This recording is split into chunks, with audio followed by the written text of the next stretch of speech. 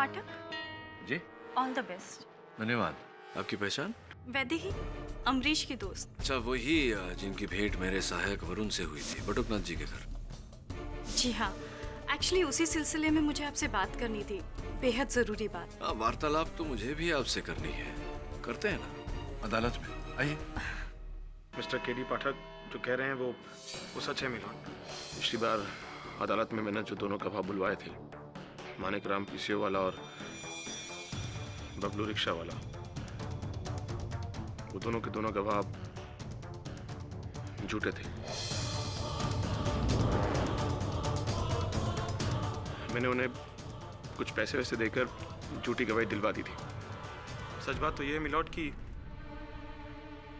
उस रात गजौला रोड पर मेरी बीवी सुकन्या को किसी ने देखा ही नहीं। मिस्टर अमरीश, आप एक जिम्मेदार सरकारी ऑफिसर होकर इस तरह की धोखाधड़ी कर रहे हैं। I am really sorry milord. इसकी जो भी सजा आप देना चाहें। सजा तो आपको मिलेगी मिस्टर अमरीश, लेकिन आपको उतनी नहीं जितनी आपकी पत्नी सुकन्या को। माय लॉर्ड, इन्होंने अदालत में झूठे गवाह पेश करके अपनी पत्नी को बेल पर छुड़वाया। उसके बाद इन दोनों पति पत्नी ने क्या किया? ये दोनों इनके मामा बटुकलाल के गांव गए, उनके घर गए। वहां जाके इन्होंने फिर विष कन्या का रूप धारण कर लिया। ऑब्जेक्शन योर ऑनर, विष कन्या जैसा कुछ होता ही नहीं। एक मिनट, ये तो फिर क्यों बटुकनाथ के शरीर पर भी सुकन्या के नाखूनों के निशान मिले? क्यों इनके खरोच मिले वहां पर, जिनमें वही जहर भरा था? वो जहर जो सांप और बिच्छू में पाया जाता, माय लॉर्ड। ये किसी साधारण औरत की बात नहीं है, ये किसी आम स्त्री की कहानी नहीं है, ये 100% विष कन्या की बात है, उसी का हमला है। मिस्टर शुक्ला, आप ये क्या कह रहे हैं? विष कन्या? ये अदालत इन बातों पर कतई भरोसा नहीं करती। लेकिन भारतीय सभ्यता को तो मानती है, इतिहास को तो मानती है। ये इसमें साफ लिखा है कि साल 340 बीसी में चंद्रगुप्त मौर्य के राज में गुरु चाणक्य ने कुछ ऐसी विष कन्याओं को तैयार किया था जो राजाओं के दुश्मनों से बदला ले सके। उनकी खासियत थी उनके जहरीले पंजे, ऐसे पंजे जो फौरन किसी दुश्मन का नाश कर देते थे।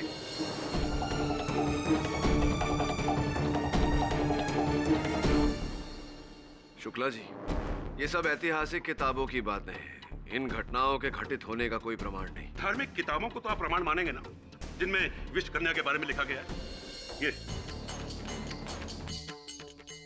ये कल्कि पुराण, इसमें सिर्फ विष कन्या के बारे में लिखा ही नहीं गया, बल्कि गंधर्व चित्रग्रीवा की पत्नी, जो कि खुद एक विष कन्या थी जिसका नाम सुलोचना था, उसके बारे में विस्तार से लिखा है कि कैसे वो अपनी नजरों से सामने वाले को मार देती थी। नजरों से my lord, eye contact. Shukla ji, मेरे मानने या ना मानने से कुछ नहीं होता।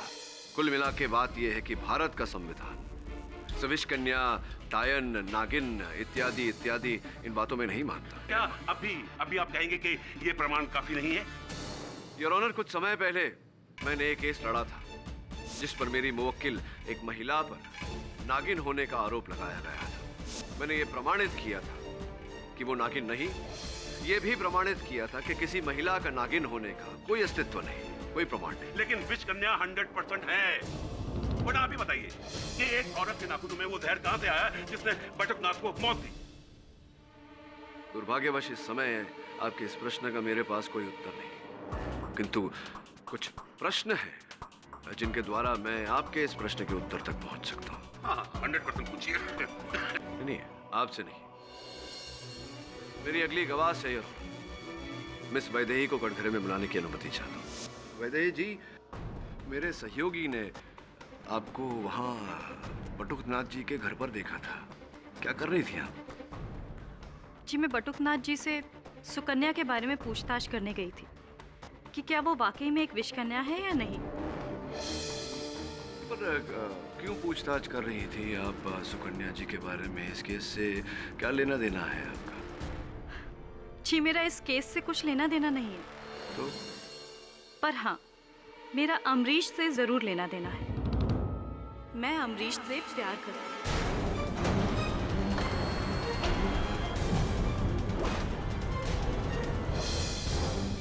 और चाहती हूँ कि सुकन्या की सच्चाई जितनी जल्द से जल्द दुनिया वालों के सामने आ जाए, उतना ही अच्छा अमरीश के लिए होगा और मेरे लिए। सुकन्या का मेरे रास्ते से हटना मेरा रास्ता साफ करता है। क्या बात है, दाद देनी चाहिए आपकी इस बहादुरी की।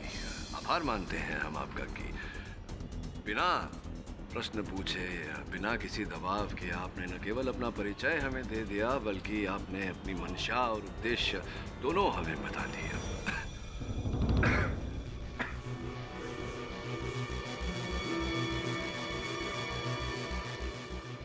क्षमा चाहता हूँ आपसे, लेकिन आपको लगता नहीं वैदेही जी कि ये जो आपने सत्य बोला है ये आपके विरुद्ध जा सकता है? क्यों? क्योंकि आपको ऐसा लगता है कि मैंने सुकन्या को फंसाने के लिए वो दोनों खून किए ताकि मैं अमरीश को पा सकूं। देखिए, अब ये मैंने नहीं कहा, ये आपने स्वयं कहा है।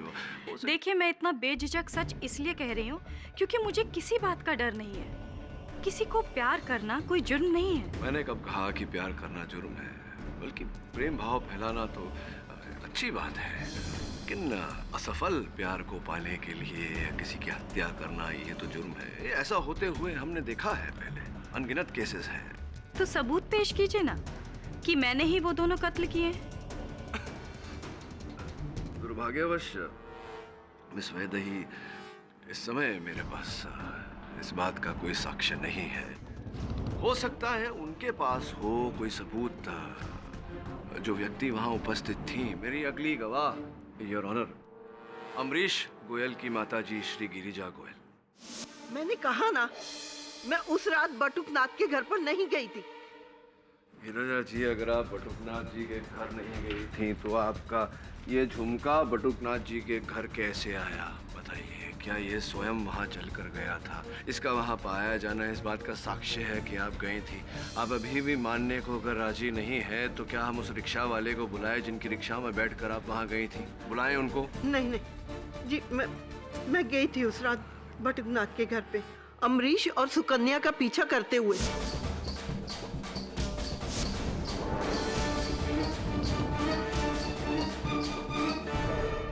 गई क्यों थी? आपके वहाँ जाने का उद्देश्य क्या था, बताइए। क्योंकि मुझे लगता था कि मेरी बहू सुकन्या मुझसे कोई राज छुपा रही है, इसलिए मैं उसकी और उसके मामा की बातें सुनने वहां चली गई। पर मैंने तो सुना ही नहीं, वो देखा जो देखकर आज तक मेरी रूह कांपती है। मैं जब चोरी छुपे पीछे के दरवाजे से उस घर में घुसी। मामा जी, आपने कोर्ट में वो सब कह दिया जो आपको नहीं कहना चाहिए था। मेरे अतीत की कहानी। बेटा, वैसे कोई झूठ तो कुछ नहीं बोला मैंने। अच्छा सुनिए, अब आगे से आप ऐसा कुछ मत कहिए जिससे मैं और भी बड़ी मुसीबत में फंस जाऊं। मैं समझा नहीं बेटा। देखिए, आप वहाँ पर दलवी की मौत किस तरह हुई, कैसे हुई, ये सब मत कहिएगा। हाथ जोड़ती हूँ मैं आपके सामने। किसी को कुछ नहीं बताऊंगा। पक्का? हाँ बेटा, पक्का। किसी को कुछ नहीं बताऊंगा कि दलवी भाई का मौत कैसे हुआ। धन्यवाद मामा जी।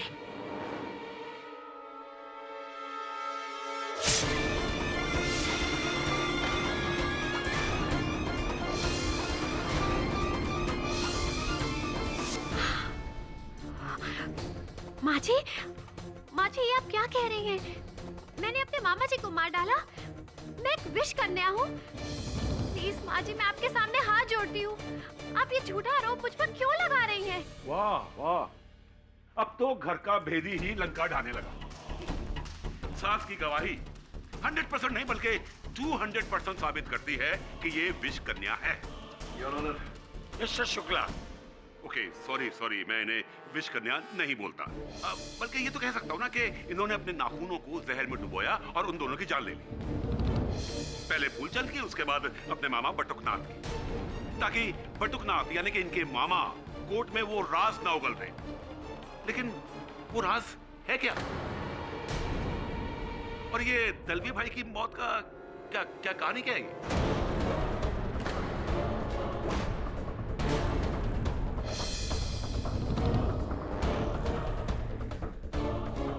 सुकन्या, अदालत को बताइए सच क्या है। दलवी भाई की मृत्यु का ये कौन सा राज है जो आप केवल अपने मामा तक सीमित रखना चाहती थी? वो जी सर, दलवी भाई की मौत मामा जी के फार्म हाउस पर हुई थी 6 महीने पहले।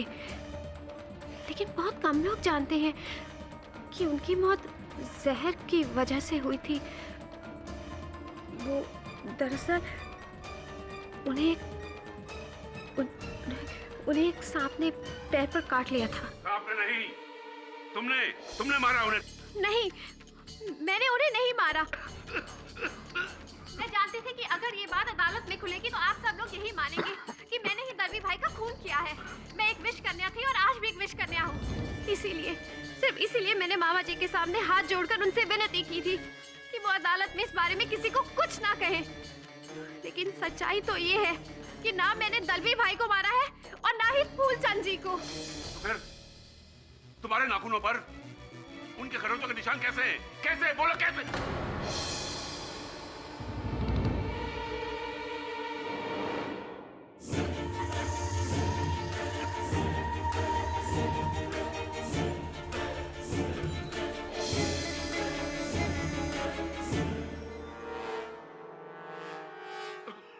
मिस्टर पाठक, अब तो मैंने ये जहर का 100% केस साबित कर दिया है।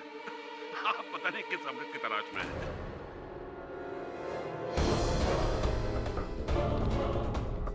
Mister Pathak,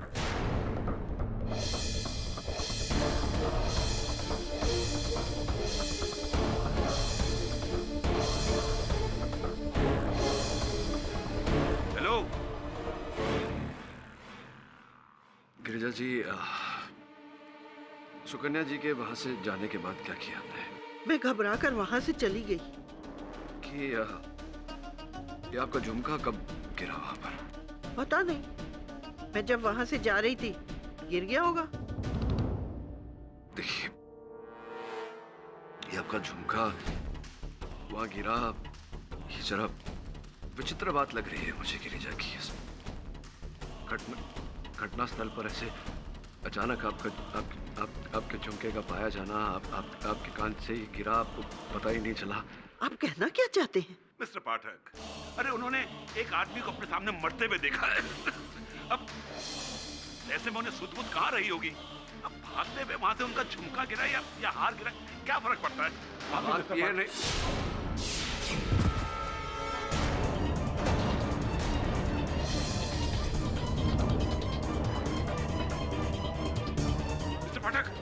mister Pathak, are you okay? Mister Pathak, Are you okay, Mr. पाठक? कहीं ये इस खरोंच की वजह से तो आपकी हालत नहीं हुई?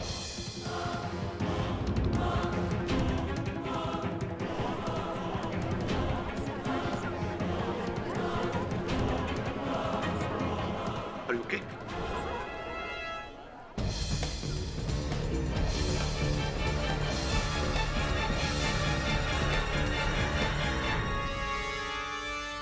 ये क्लियर केस ऑफ पॉइजनिंग है मिस्टर पाठक।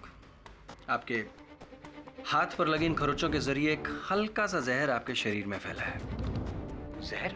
जी हाँ, लकीली हमने जल्दी ट्रीट कर लिया, वरना मुश्किल हो जाती। एंड मिस्टर पाठक, ये मैं टेबलेट्स लिख के दे रहा हूँ, इन्हें टाइम पर लेते रहिएगा। I have an important appointment with the doctor. और हाँ, शाम तक अगर आराम ना आए तो मुझे फ़ोन कर दीजिएगा। जी धन्यवाद। Excuse me.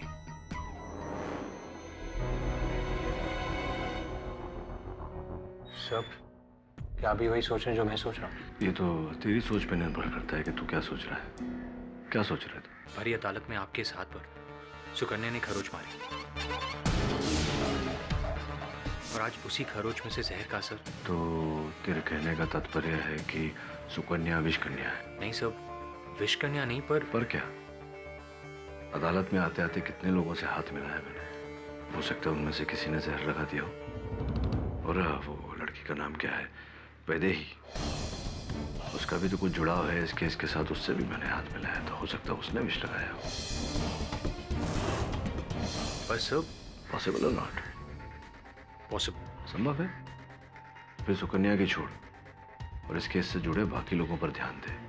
हो सकता है वहां से कुछ निकला है। केडी सर, मुझे आपसे कुछ बात करनी है। मेरी माँ की गवाही पे भरोसा मत कीजिएगा प्लीज। तो शुरू से ही मेरे और सुकन्या के रिश्ते के एकदम खिलाफ है। उनका बस चलता तो मेरे और सुकन्या का रिश्ता कब का टूट जाता। तो आपके कहने का तात्पर्य ये है कि आपकी माताजी ने जानबूझकर सुकन्या को विश करने का, ताकि इस आरोप में सुकन्या को दंड मिल जाए और मुझे उससे छुटकारा मिल जाए। कि सर, वो आपका शक था ना कि मेरी माँ अपना झुमका जानबूझ के वहाँ छोड़ाएगी, वो बेबुनियाद नहीं था सर, क्योंकि वो तो चाहती हैं कि उनकी मौजूदगी वहाँ साबित हो जाए और वो खुलेआम अदालत के सामने सुकन्या के खिलाफ बयान दे सके। अमरीश जी, माना कि आपको अपनी माताजी पर संदेह है, आपकी माताजी सुकन्या को आपसे दूर करने का प्रयत्न कर रही थी, लेकिन क्या इस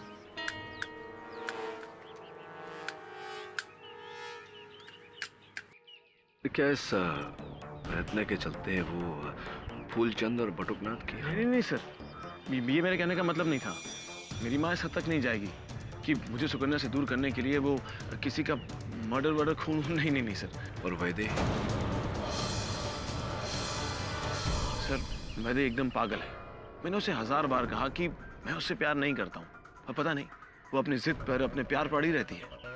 उसको ये लगता है कि मैं एक ना एक दिन सुकन्या को छोड़कर उसके पास आ जाऊंगा, पर ये उसका भ्रम है सर, मेरा नहीं। अमरीश जी, भ्रम का वास्तविकता में बदलना कोई असंभव बात नहीं।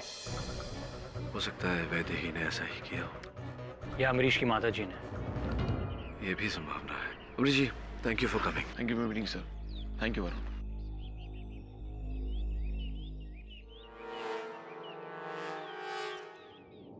अरे नमस्कार कलेक्टर साहब, अरे आइए, आज हमारी गाड़ी में आ जाइए, आपको घर भी छोड़ देंगे और रास्ते में कुछ बातें भी कर लेंगे।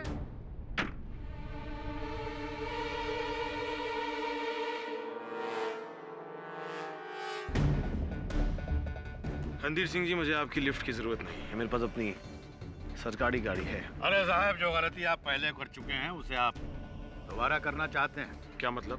मतलब ये कि अगर आपने पहले ही मुझसे दोस्ती का हाथ मिला लिया होता तो ना आपको फूलचंद को धमकाना पड़ता, ना वो बेचारा मारा जाता,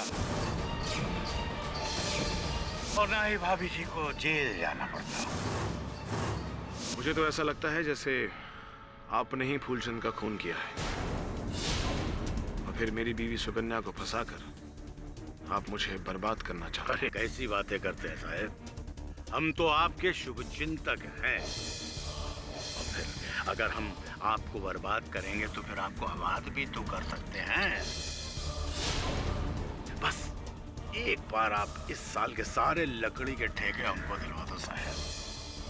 केडी पाठक क्या चीज है, अपनी पहुंच से हम भाभी जी को 2 दिन के भीतर जेल से बाहर ले आएंगे। रणधीर सिंह, तुम और तुम्हारी ये घटिया सोच दोनों भाड़ में जाओ। अरे क्या हुआ कलेक्टर साहब, भाभी जी को आजाद नहीं कराना चाहते? कुछ चक्कर तो नहीं चल रहा है? ओ कलेक्टर बाबू, बहुत ही कंफ्यूजिंग केस है सर। हम चाहे किसी पर भी उंगली उठाएं, सारी उंगलियां सुकन्या की तरफ ही इशारा करती हैं। उंगलियां नहीं, नाखून। वरुण, इस केस में सर्वोच्च प्रश्न ये है कि अगर सुकन्या निर्दोष है तो उसके नाखून दोषी क्यों है?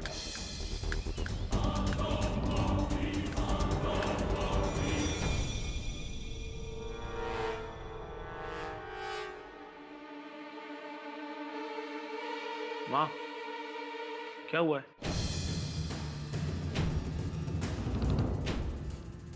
माँ, क्या हुआ क्या है? बेटा, बालों के तेल के लिए बहू की अलमारी खोली, देख वो क्या है।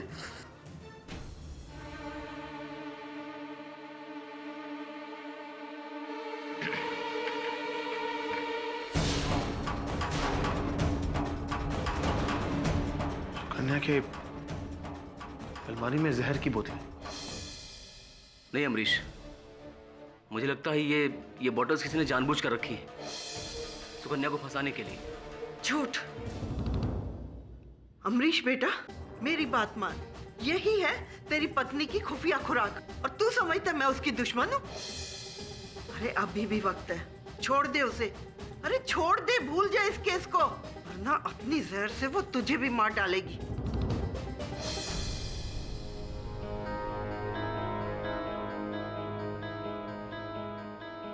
ये बॉटल्स आपने यहाँ पहले कभी नहीं देखी? नहीं, सुकन्या की अलमारी तो हमेशा बंद रहती है। अमरीश, मैं अभी भी कह रहा हूँ, कोई है जो सुकन्या को फंसा रहा है। वो कौन है? ये तो तब पता चलेगा जब इन बॉटल्स की फिंगरप्रिंट जांच होगी। माय लॉर्ड, इसमें उंगलियों के नहीं बल्कि नाखूनों के निशान है। वही डीएनए टेस्ट सुकन्या का।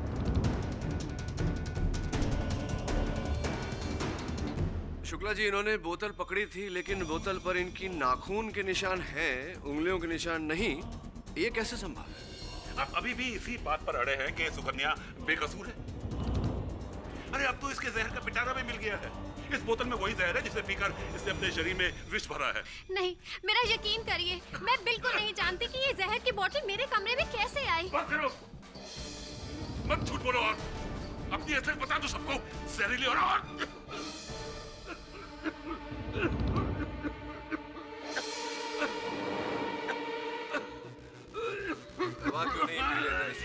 एक मिनट मिस्टर पाठक, मुझे किसी के सहारे की जरूरत नहीं है, बल्कि आपको केस के सहारे की जरूरत है।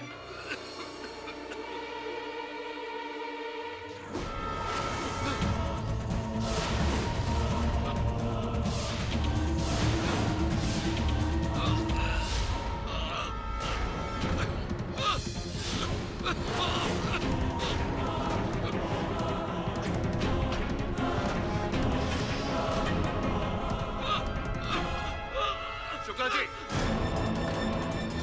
Call an ambulance please. Shukla ji,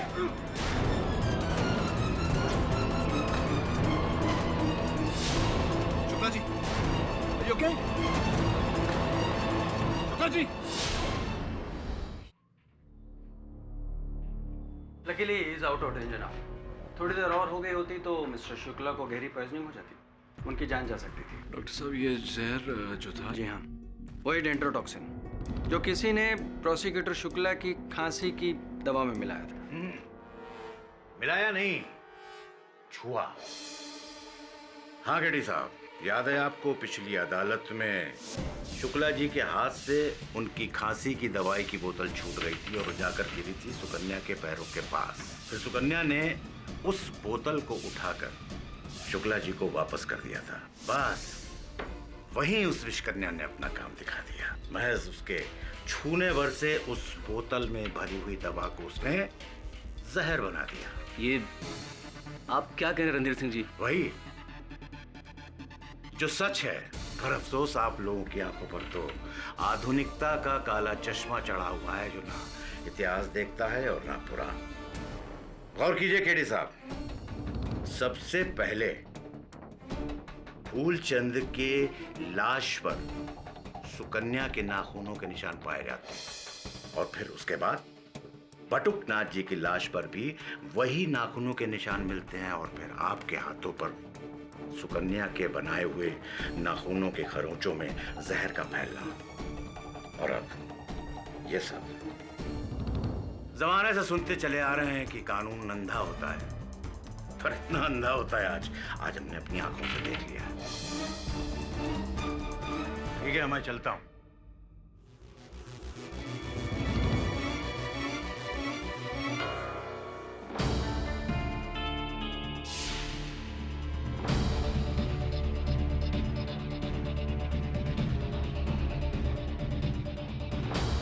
Shukla जी के साथ कोर्ट में जो कुछ भी हुआ, उसके बाद तो आपको भी यही लग रहा होगा ना कि मैं विष कन्या हूं, तो अब मेरा केस लड़ने का क्या फायदा?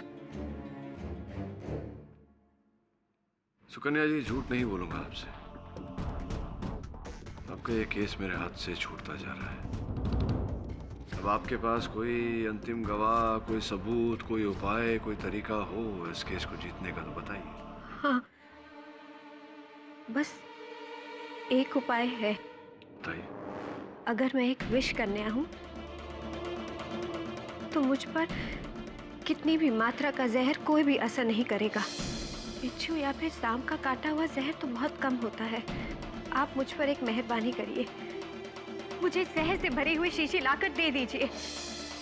अगर उसे पीने के बाद भी मैं जिंदा रहूं तो फिर हाँ, मेरे शरीर में खून नहीं जहर दौड़ रहा है। फिर हूँ मैं विश कन्या। और अगर ये विश पीकर आपकी मृत्यु हो गई तो? प्लीज केडी सर, आप मुझ पर एक आखिरी एहसान कर दीजिए। मुझे जहर से भरी हुई शीशी लाकर दे दीजिए और फिर उसे पीकर मुझे मर जाने दीजिए। मेरी मौत ही मेरी बेगुनाही का सबूत बन सकती है। अद्भुत बात है सुकन्या जी, मांगा भी तो क्या।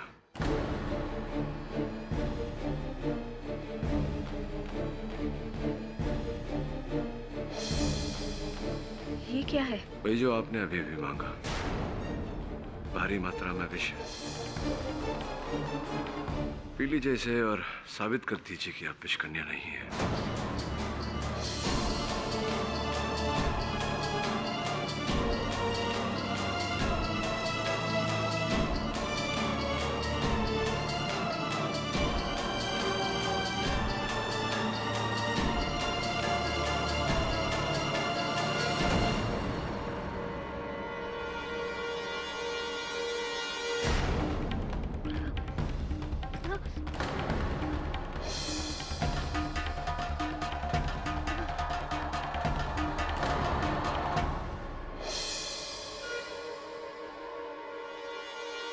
हवलदार, क्या हुआ इन्हें? हेलो, उठो। क्या हुआ तुम्हें? हेलो, उठो।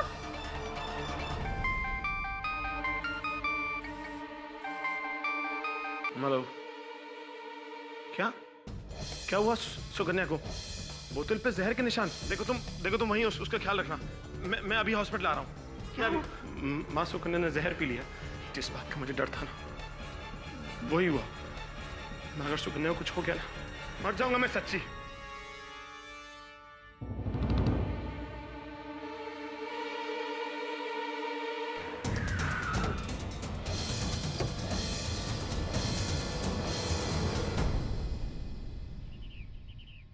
ये आप अलंकरण कर रहे हैं झाड़ियों का? जी साहब, मैं समझा नहीं साहब। नहीं मतलब कटन कर रहे हैं ना? नहीं समझा साहब। अरे भाई, काट रहे हो, छांट रहे हो ना झाड़ियों को। ओह हाँ, ऐसे बोले ना साहब। हाँ साहब, काट रहे हैं। हाँ, तो इसके जो कटे हुए अंश हैं वहाँ नीचे जमा क्यों कर रहे हैं? साहब, ये जो कटे हुए पत्ते हैं ना, इसको सुखाकर खाद बनाते हैं साहब, इसीलिए। अच्छा, तो अर्थात किसी वस्तु को काट दी जाए, उसको फिर से उपयोग में लाया जा सकता है। हाँ साहब। धन्यवाद कर्नल महोदय। सब किससे बातें कर रहा था? अमरीश का फोन आया सर। सुकन्या जेल में बेहोश हो गई है। तो उसकी चिंता मत कर, कल तक होश आ जाएगा उसे, उसकी आंखें खुल जाएंगी और बाकी सबकी भी। समय कुछ समझा नहीं। समझना तो पड़ेगा, पर कल इस केस की सुनवाई और हमारे पास केवल आज की रात है इस विषैले विषय को सुलझाने के लिए। माय लॉर्ड, आप भले ही मुझे अंधविश्वासी कहें, पर मेरे लिए ये औरत एक विष कन्या ही है। इसके छूने से मेरे खांसी की दवाई की बोतल में जहर भर गया। वो तो मेरे कुछ कर्म अच्छे हैं जो मैं बच गया, वरना अगर इसका बस चलता तो मैं 100% लुढ़क जाता।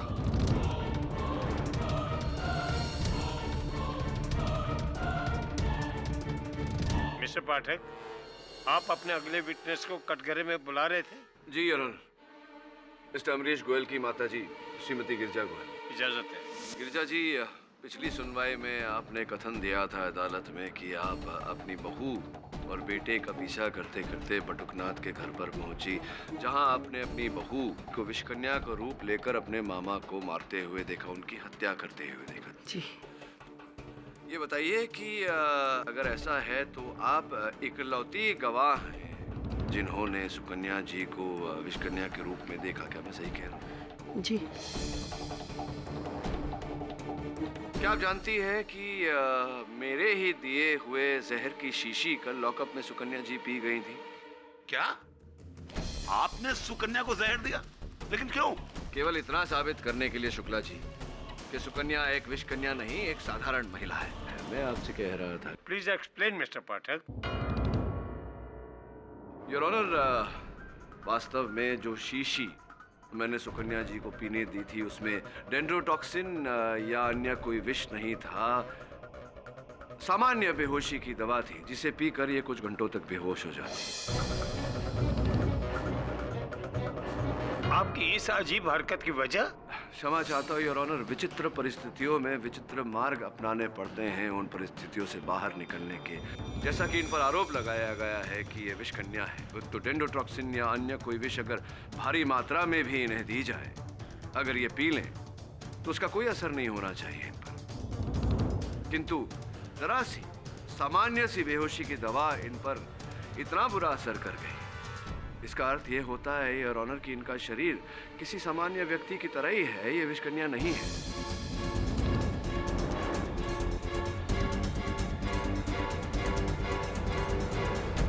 से माता जी, आपसे मैं पूछना चाह रहा हूं कि इन्होंने जो दवा पी उसका असर इन पर तो हुआ ही, किसी और व्यक्ति पर भी इनके दवा पीने का असर हुआ था। आपके बेटे अमरीश पर क्या अवस्था थी अमरीश जी की जब उन्हें पता चला कि उनकी पत्नी सुकन्या ने विष भरा बोतल पी लिया? मैंने अमरीश को इतना ज्यादा टूटा हुआ पहले कभी नहीं देखा। जब उसकी ये हालत देखी तो मुझे एहसास हुआ कि अमरीश की जान तो सुकन्या में अटकी है। उसी की जान लेने के चक्कर में पड़ी हुई थी आप, तभी तो झूठ बोला। मुझे माफ कर दो।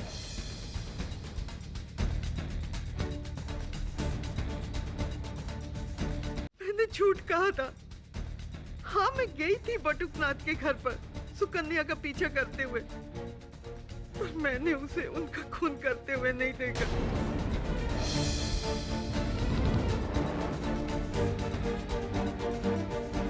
सुकन्या निर्दोष है, मैं इसे फंसाना चाहती थी। तो फिर वो आपका झुमका? हाँ, मैं जानबूझकर वहाँ छोड़ के आई थी ताकि आप लोग मुझ तक पहुँचे और फिर मैं अदालत में अपनी बहू सुकन्या के खिलाफ बयान दे सकूं। मुझे माफ कर दो बेटी, माफ कर दो। आपके मानने या ना मानने से कुछ नहीं होता। हमारे पास इस बात के सबूत है कि सुकन्या के नाखूनों ने ही फूलचंद और बटुकनाथ की जान ली है। आपकी बात और आपके सबूत दोनों सच्चे हैं शुक्ला जी। सुकन्या जी के नाखून ने ही ये जाने ली है,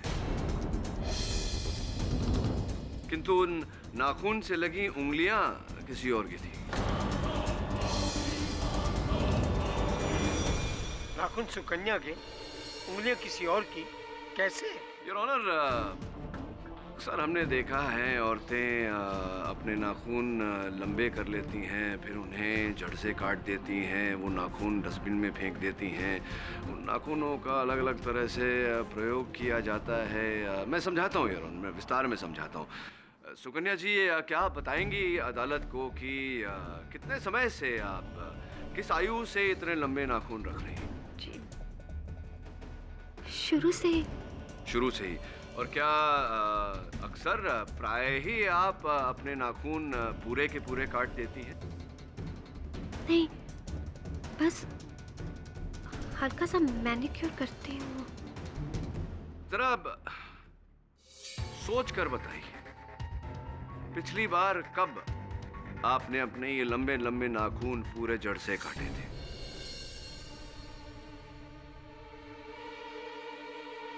हाँ, 3 महीने पहले जब मैं मामा जी के घर गई थी, तब मेरा ये हाथ दरवाजे में आ गया था, जिसकी वजह से मेरी उंगली के 2 नाखून टूट गए। तब मैंने अपने इस हाथ के सारे नाखून काट दिए। तो जो नाखून टूट गए थे और बाकी के नाखून जो आपने काटे, क्या किया आपने उनका? हाँ, उस दिन मुझसे मिले प्रकाश आया था, तब मैं इन कटे हुए नाखूनों को पेपर में फोल्ड करके फेंकने जा रही थी। प्रकाश रास्ते में मिल गया, उसने कहा कि वो इन्हें फेंक देगा। तो आपके नाखून कटे हुए टूटे हुए प्रकाश ले गया। अब योर ऑनर, प्रकाश ने उन नाखून के साथ क्या किया, ये मैं उन्हें कटघरे में बुलाकर पूछना चाहूँ। ये कैसी बेतुकी बातें कर रहे हैं आप? जाहिर है कि वो नाखून मैंने ही फेंके होंगे। नहीं फेंके नहीं थे आपने प्रकाश जी, आपने वो नाखून संभाल कर रखे थे अपने पास। कैसी बातें कर रहे हैं आप ये सर? मैं भला उन नाखूनों का क्या करूंगा? नाखून संभाल कर तो रखने ही थे आपको। आपने ये जो षड्यंत्र रचा था, इसका बहुत ही महत्वपूर्ण हिस्सा थे वो नाखून। उन्हीं की सहायता लेकर, उन्हीं की मदद लेकर तो आपको ये हत्याएं करनी थी और सुकन्या को फंसाना था। अब देखिए, कल मैंने अपने सहायक वरुण को आपके घर भेजा और वरुण ने आपके घर से ये डिब्बा बरामद किया। देखिए इस डिब्बे में क्या है। नकली दस्ताना, उस पर लगे हुए असली नाखून, वो भी सुकन्या के।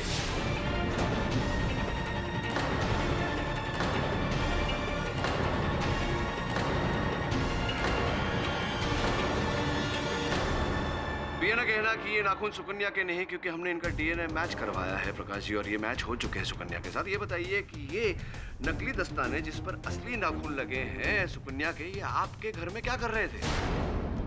आपके घर से बरामद हुआ है, ये आपके घर पे क्या कर रहा था? आपकी अलमारी के अंदर। आप झूठ बोल रहे हैं। आप मुझे फंसा रहे हैं। मैं आपको फंसा नहीं रहा हूँ, ये आप ही के घर से बरामद हुए हैं, आपकी अलमारी से। अरे ये हो ही नहीं सकता, मेरे घर से मिल ही नहीं सकते हैं। क्यों नहीं हो सकते? ये आपके घर से बरामद मेरे सहायक वरुण ने स्वयं जाकर इन्हें वहां से ढूंढा है। मैं कह रहा हूँ सर, वो मेरे घर से मिल ही नहीं सकते, ये नामुमकिन है। कैसे नामुमकिन है? अरे नहीं मिल सकते, क्योंकि वो नाखून तो मेरे ऑफिस के लॉकर में। ऑफिस के लॉकर में थे?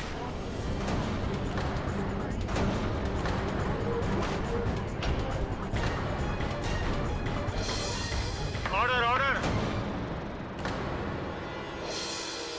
ऑफिस की लॉकर में थे नहीं और ऑनर, अब भी इन्हीं की ऑफिस की लॉकर में है, क्योंकि ये जो दस्ताने हैं, इन पर जो नाखून लगे हुए हैं, ये नकली हैं। मैंने यूं ही इन्हें बनवाए थे, ये सोचकर कि सुकन्या जिनका नाम लेगी उन्हें मैं कटघरे में बुलाकर यही प्रश्न पूछूंगा। दुर्भाग्यवश आपके लिए और हमारा सौभाग्य है कि आपने हमें बता दिया कि आप ही ने इनके कटे हुए नाखूनों का प्रयोग किया था और उनका प्रयोग करके ये दोनों हत्याएं की थी। अब आगे की भी बात बता देंगे अगर, तो मेरा काम सरल हो जाएगा प्रकाश जी।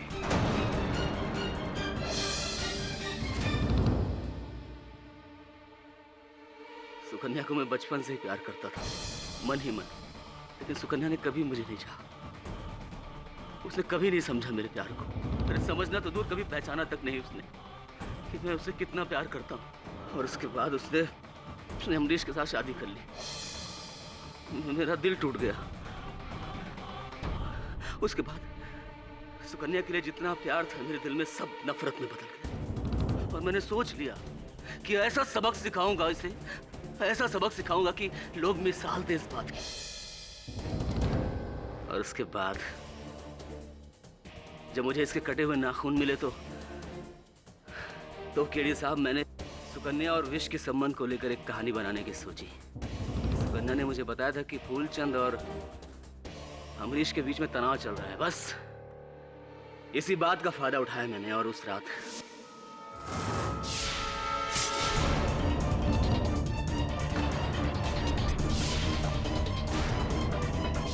फूलचंद को मार डाला।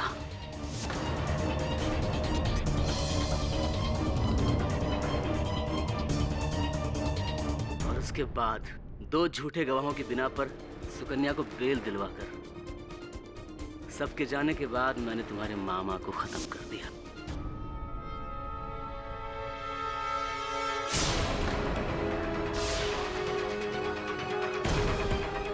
ताकि तुम्हारे विष कन्या होने में किसी को संदेह न रहे। एक और बात मैं स्पष्ट करना चाहूंगा कि ये मेरे हाथों में जो विष फैला था वो कैसे हो गया?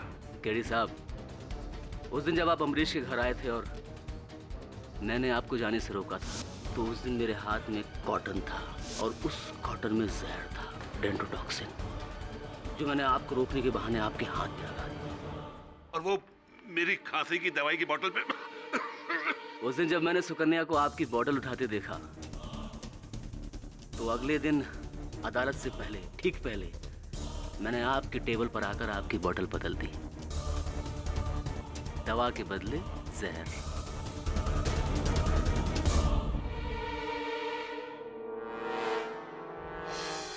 ये सब कुछ मेरी वजह से हुआ है। सबका गुनहगार मैं हूं जज साहब। ये सब मैंने किया है सुकन्या से अपने नाकामयाब प्यार का बदला लेने।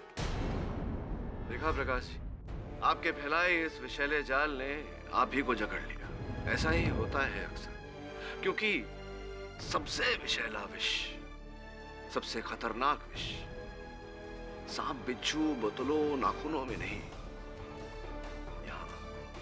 मनुष्य के दिमाग में होता है। डिफेंस रेस्ट चलाना। ये अदालत प्रकाश कुमार को फूलचंद यादव और बटुकनाथ की हत्याकांड के लिए दोषी पाते हुए फौरन गिरफ्तार करने का हुक्म देती है और श्रीमती सुकन्या गोयल को हर आरोप में बेगुनाह पाते हुए बाइज्जत बरी करती है। The case is closed.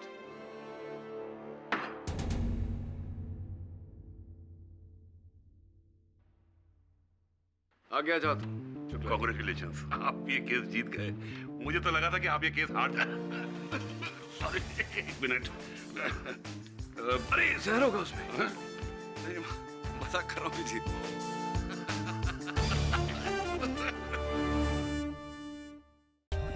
For more updates, subscribe to our channel, click the show links and enjoy watching the videos.